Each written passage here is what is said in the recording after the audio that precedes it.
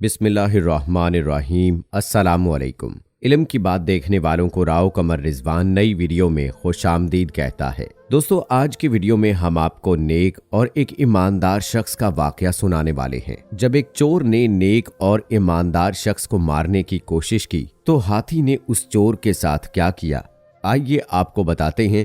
लेकिन वीडियो में आगे बढ़ने से पहले आपसे गुजारिश है कि अगर आपने अभी तक हमारा चैनल इल्म की बात सब्सक्राइब नहीं किया है तो अभी सब्सक्राइब कर लें। साथ में बेल नोटिफिकेशन को जरूर ऑन कर लीजिएगा ताकि लेटेस्ट अपलोड होने वाली वीडियोस आप तक बर वक्त पहुंचती रहें। तो चलिए दोस्तों, शुरू करते हैं अपनी आज की वीडियो। दोस्तों, कुछ वक्त पहले की बात है। ईरान में एक बहुत ही गरीब आदमी रहता था। मेहनत मजदूरी करता था, लेकिन बहुत नेक, ईमानदार और इबादत गुजार इंसान था। वो मजदूरी करने वाला शख्स रोजी इस तरह से कमाता था कि लोगों का सामान वो एक जगह से दूसरी जगह पहुंचाया करता था। अब क्योंकि वो ईमानदार था, नेक दिल था, तो लोग अपना कीमती से कीमती सामान, चाहे वो कितना भी कीमती क्यों ना हो, उसके जरिए से ही दूसरी जगह पहुंचवाया करते थे। और जैसा वो आदमी खुद था, उसने अपने इकलौते बेटे की तरबियत भी वैसे ही की थी। लेकिन उस बच्चे की माँ नहीं थी, यानी उसकी बीवी का इंतकाल हो चुका था। अकेले ही बाप ने अपने बेटे की तरबियत की थी। बेटा जब अपने बाप को रमजान के रोजे इतने एहतमाम के साथ रखते हुए देखता तो उसके दिल में ये ख्वाहिश पैदा होती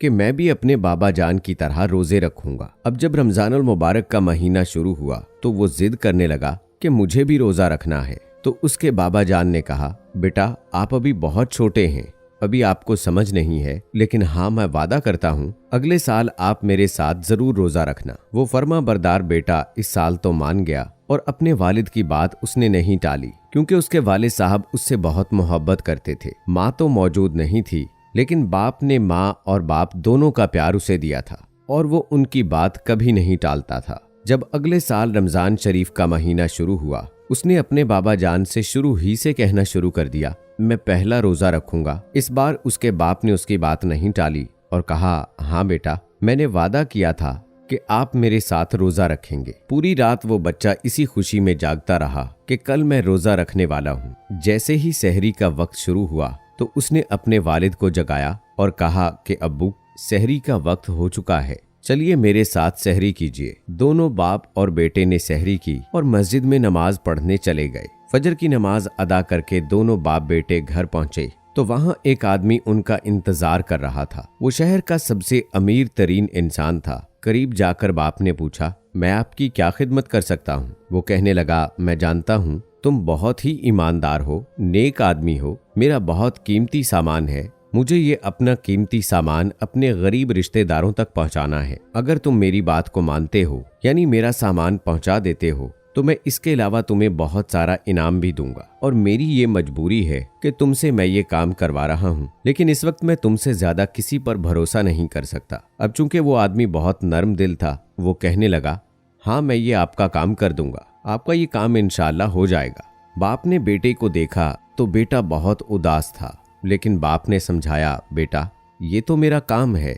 और आए हुए काम को इस तरह से छोड़ना ठीक नहीं। मैं इंशाल्लाह इफ्तार तक तुम्हारे पास वापस आ जाऊंगा। और यूं वो आदमी सामान अपने कांधे पर लाद कर वहां से चल पड़ा। जब वो सामान लाद कर जा रहा था, रास्ते में एक दरख्त के नीचे उसे एक आदमी नजर आया जो बहुत बीमार लग रहा था। उसने करीब जाकर उससे पूछा, भाई सब खैरियत तो है? क्या बात है? वो शख्स कहने लगा कि मैं बहुत भूखा हूँ, 2 दिन से मैंने खाना नहीं खाया है, मैं बीमार भी हूँ, अगर तुम्हारे पास कुछ खाने को हो तो मुझे दे दो। उसने कहा कि मैं तो रोजेदार हूँ, मेरे पास खाने पीने का कोई सामान नहीं है। उसने कहा, तुम कहाँ जा रहे हो? उसने जगह बता दी कि मैंने ये सामान लेकर फलां जगह जाना है। ये सुनकर वो शख्स कहने लगा, अरे मुझे भी वहीं जाना है जहाँ तुम जा रहे हो, चलो तुम मुझे भी अपने साथ ले चलो, लेकिन मुझे सवारी पर बैठा दो क्योंकि मैं चल नहीं सकता हूँ, चाहे तो पैसे ले लो। तो वो नेक आदमी कहने लगा, नहीं पैसे की कोई बात नहीं, चलो मैं तुम्हारी मदद करता हूँ, तुम मेरे साथ चलो। अब उसने उस आदमी को गधे पर बैठा दिया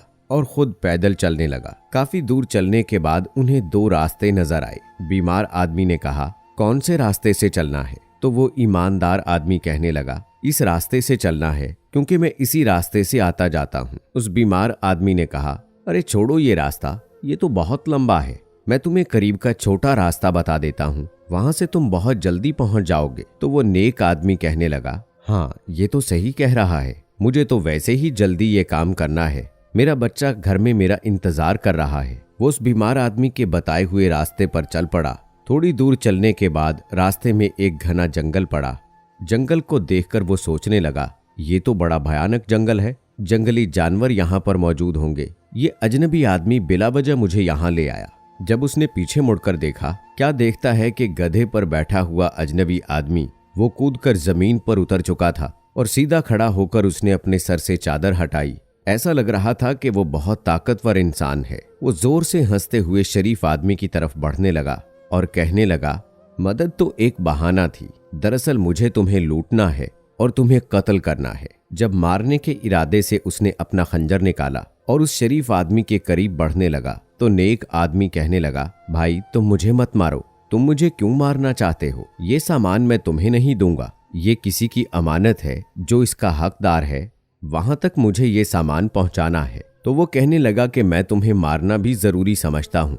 मारना इसलिए जरूरी है ताकि तुम जाकर किसी को ये ना बताओ कि तुम्हें रास्ते में किसने लूटा है। वो नेक आदमी कहने लगा, ठीक है, लेकिन मरने से पहले तुम आखिरी मर्तबा मुझे 2 रकत नमाज पढ़ लेने दो। वो हंसकर कहने लगा, चल नमाज पढ़ ले, सब दिखावे की नमाज तुम लोग पढ़ते हो, मौत के डर से नमाज पढ़ने जा रहे हो। तो वो कहने लगा कि मौत के डर से नहीं और ना ही दिखावे की नमाज है, मैं खालिस अल्लाह ताला की मोहब्बत में नमाज पढ़ रहा हूँ, क्योंकि मैं रोजेदार हूँ और इससे ज्यादा क्या खूबसूरत बात होगी कि रोजे की हालत में मुझे मौत आएगी। वो ठग हंसने लगा और कहा, मरने से पहले सब दिखावा करते हैं और तू दिखावे की नमाज पढ़ना चाहता है, तुझे कौन बचाने वाला है? इस घने जंगल में मेरे अलावा कोई नहीं। जब वो नेक आदमी नमाज पढ़ने के लिए खड़ा हुआ, सजदे में चला गया और दुआ करने लगा, ऐ अल्लाह, ऐ मेरे परवरदिगार, ये कैसी मुझ पर मुसीबत आन पड़ी है, लेकिन मैं इस पर भी राजी हूँ इस बात पर कि ये सामान जो अमानत के तौर पर मुझे दिया गया है, ऐ अल्लाह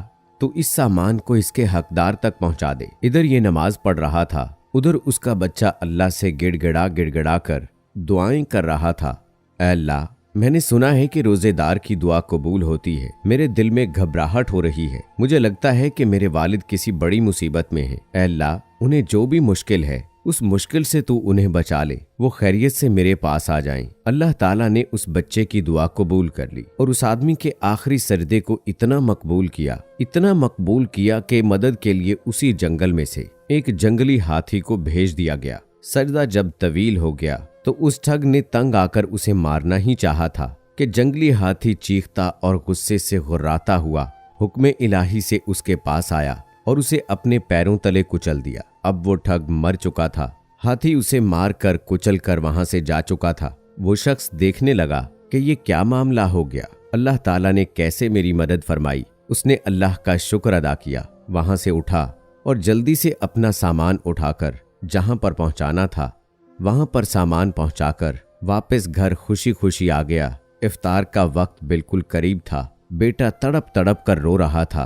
माँ तो नहीं थी, बाप की चाहत में आंसू निकल रहे थे। बाप को जब बेटे ने देखा तो उससे लिपट गया और फिर यूं दोनों ने खुशी खुशी इफ्तार किया और अल्लाह का शुक्र अदा किया। और उसके बाद वो उस आदमी से मुलाकात करने गया जिसका सामान उसने पहुंचाया था और उसे बता दिया कि आपका सामान खैरो आफियत के साथ पहुंच चुका है। इसके अलावा रास्ते में पेश आने वाला पूरा वाकया भी सुनाया। उस अमीर आदमी ने खुश होकर उसे बहुत सारे इनामो इकराम से नवाजा। सुबहान अल्लाह। दोस्तों, उम्मीद करते हैं कि हमारी आज की ये वीडियो आपको पसंद आई होगी। इस वीडियो की पसंदीदगी के इजहार के लिए इसको लाइक करें, शेयर करें अपने दोस्तों के साथ।